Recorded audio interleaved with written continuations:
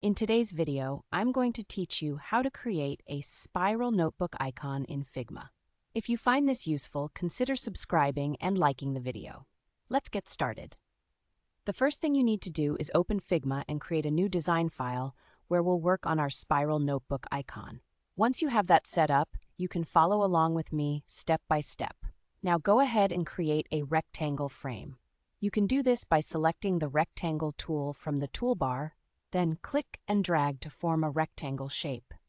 Don't worry too much about the dimensions right now, we'll fine-tune everything shortly.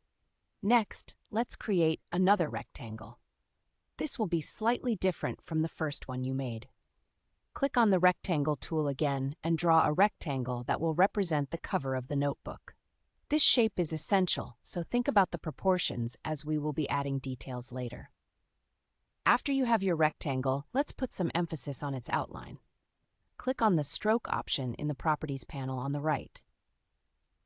Here, adjust the weight of the rectangle stroke to 20. You should see the outline getting thicker, which will give a more defined look to your notebook cover.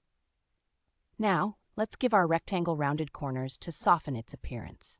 You can find the corner radius option in the Appearance settings. Set the radius to 30, and you'll notice how the corners of your rectangle become beautifully rounded, giving it the perfect notebook feel.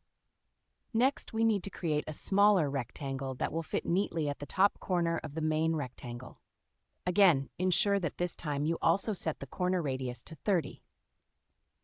Once you have that rectangle created, fill it with black color. This creates the spiraled edge of our notebook. Once your smaller rectangle is filled with black, you can copy it using Ctrl+C and then paste it using Ctrl+V.